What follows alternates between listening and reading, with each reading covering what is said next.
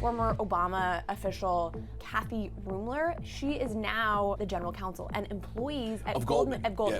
Employees at Goldman Sachs are shocked, obviously, that their own general counsel, Kathy Rumler, whose name is littered across the latest Epstein email batch, and who even wrote to him actually in one of the emails about girls.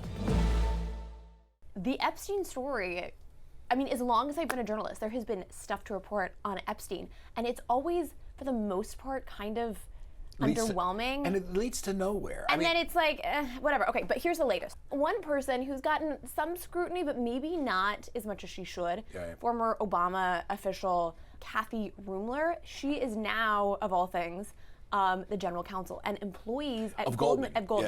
Employees at Goldman Sachs are shocked, obviously, that their own general counsel, Kathy Rumler, whose name is littered across the latest Epstein email batch, and who even wrote to him actually in one of the emails about girls, has yet to issue an apology or even acknowledge her connection to the man. Now, on Tuesday, this is the latest, she even sent a company-wide email explaining why employees need to take a module on communication at Goldman Sachs, reminding them that what and how you communicate reflects on you and the reputation of the firm. Well, that was not well received, by the way. So let's just first posit that most of these Wall Street firms, Goldman Sachs, they're completely hypocrites when it comes to various issues. But that's pretty outrageous that she's like sending emails about like, your communication reflects on the firm. She does have a job over there, right? One of her jobs is to, make sure HR works well, make sure they do stuff legally and communicate right.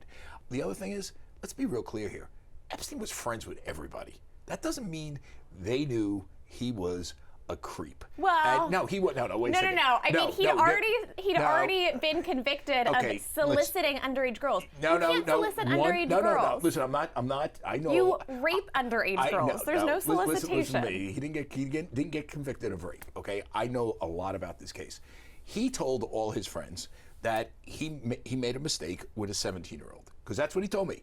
They said, okay, Jeffrey, we've never seen you with an... That's really bad. Okay. Making a mistake with a 17-year-old is really bad. I'm not saying that's a good thing. I'm just telling you why the whole world that knew him, including this woman, including Larry Summers, including just about every Wall Street executive that I know that knew him, said he screwed up, he made a mistake, he didn't know. And that's the story that he sold to Jamie Dimons, J.P. Morgan. I mean, that's why he was a very, very impressive and convincing salesman. They still did business with him at J.P. Morgan. So remember that when the price is right. When this woman, this was like people were like, he screwed up, and let's give him another chance. He went to jail for 13 months. So that's what people were thinking, and I feel badly for her because she faces what everybody faces. They didn't really know. The public facing Jeffrey Epstein. Why wouldn't she just apologize and say, you know what, I apologize for what? know. I was friends with the guy? She said she didn't know. No offense, but everybody, listen, just because you say hello to somebody that might have done something wrong doesn't mean you've done something wrong. No, but there's a difference. I know, and I don't like guilt by association. I don't like cancel culture. But she was, as attorney, they spent a ton of time together. They were very close. But it's interesting. I don't think that all of these files are going to reveal a lot more. Oh, nothing. And the Michael Wolff connection is interesting. And Michael Wolff. Think about it. I buttered up sources. But would you do that, Charlie? No. Would you give free PR advice? I interviewed Epstein. All I did was call, and he called me back, and I asked him questions. I didn't have to say, well, let's plot strategy to get at Trump here. Maybe turn the tables on him. I like Michael. Me too. And he's a nice guy. I've known him for years.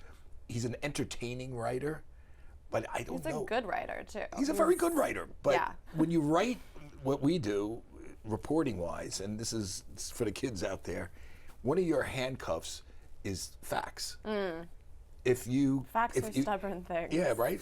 But if you think about it, if you're confined by facts, your writing becomes not as flowing. It's never as exciting. So remember that. Unless it's Olivia Nuzzi and Ryan Lizza. Okay, and then facts are stranger than fiction. Well, let me ask you this. From a journalistic standpoint, preface, I like Olivia. I've known her for a while. Okay, but just to set the stage. So she's trying to mount her comeback. She gets a job at Vanity Fair. she releases an excerpt of American Canto, which is her book coming out in December. So she gets this fabulous piece in Vanity Fair, this profile in the Times. I mean, this photo shoot she did, she looks like a Hitchcock, blonde, iconic, old school movie star. And then she's kind of getting that positive attention, Ryan Lizza, her ex, on Substack, now everyone has a Substack these days, pens a very well-written piece. And the way he frames it is, it looks like his side of the story for when she was having an affair with RFK. Yeah. And then you get to the end and you realize, oh no, she also had an affair with Mark Sanford. Her behavior with Mark Sanford was not good because she was actually covering him and sleeping with him. This is just an allegation at this point. Right. No one's confirmed it beyond But if that's true, Lizza. has she denied it? She's not denied it. Yeah, I mean, just before we get into something substantive, Keith Olbermann. Why would he tweet the article that Ryan Lizza wrote? I don't think he read the whole thing. I don't think he knew that he was implicated. Here's what the one thing I will say about Keith Olbermann, and for the viewer, Keith Olbermann apparently was her sugar daddy, right? And he former MSNBC right, anchor. and he didn't deny it. I mean, we're talking a lot of sugar here. We are talking college tuition. We are talking Tom Ford, living expenses, a West Village apartment. By the way, this guy should never comment about Donald Trump, Riley Gaines, or anybody else. This makes him look like the most desperate loser I've ever seen in my life. Yeah. Story I broke last night. Warner Brothers Discovery this week will be, the bids will be coming in this week, so we'll have some clarity on whether this thing gets bought by Paramount Skydance. That's the Ellisons, the Larry and David show, very close to Trump. Whether Comcast, a story I wrote about, Brian Roberts is lusting for this company because he needs that to build out Comcast. Word choice. Netflix may be in the mix. We'll know this week. Here's why the Ellisons have the inside track, and it goes beyond the fact that Larry Ellison is very good friends with Trump and he's got the money. People forget there's only one bidder apparently that wants CNN, and that's Paramount Skydance. They want to buy the whole thing. They want CNN. Trump likes Larry Ellison, but he really wants, and this is what I've been told this by people in D.C., in media circles, he wants CNN, an antagonistic news network for him, the cable news network that is now owned by Warner Bros. Discovery. He wants them neutralized. He believes that the new management led by Barry Weiss, Barry Weiss will be taking over CNN if this thing works. Wait, so but how would that work? I mean, they would still be two separate news entities. Well, you can right. One is cable. Well, listen, I worked simple broadcast. Would they look to intertwine those? Yeah, news I worked at CNBC, right? Yeah. There was all sorts of synergies between MSNBC, CNBC, and NBC, which was kind of the mothership. We used to go on Brian Williams when Brian Williams was the anchor. So there's going to be synergies. They will downsize and synergistically put those things together. Synergistically meaning layoffs and cost efficiencies. So for synergy, people losing their jobs. For people losing jobs. So we want to break that down. But it will be under, from what I understand, Barry Weiss. Trump wants that because she's theoretically at least on paper, much right of center critique of mainstream media. Keep that in mind. A lot of this, if they win, if they're the ones with the inside track, a lot of this involves CNN. You wouldn't think that. By the way, CNN, just so people know, everybody talks about their lousy ratings. They get good enough ratings to make $800 million a year. They have a global news operation. Well, they also get carriage fees. So I'm saying people carry them at airports. I mean, they make money. That's a big operation. Totally. And also, Trump really wants the Ellisons and Barry Weiss to control CNN. Yeah. That is the reality. People in D.C. are telling me, people in media, the Trump people are not denying it. Trust me, because I talked to them. This is why I think the Ellisons are going to be owning this thing. Now, the question is, how much is he going to pay up for it?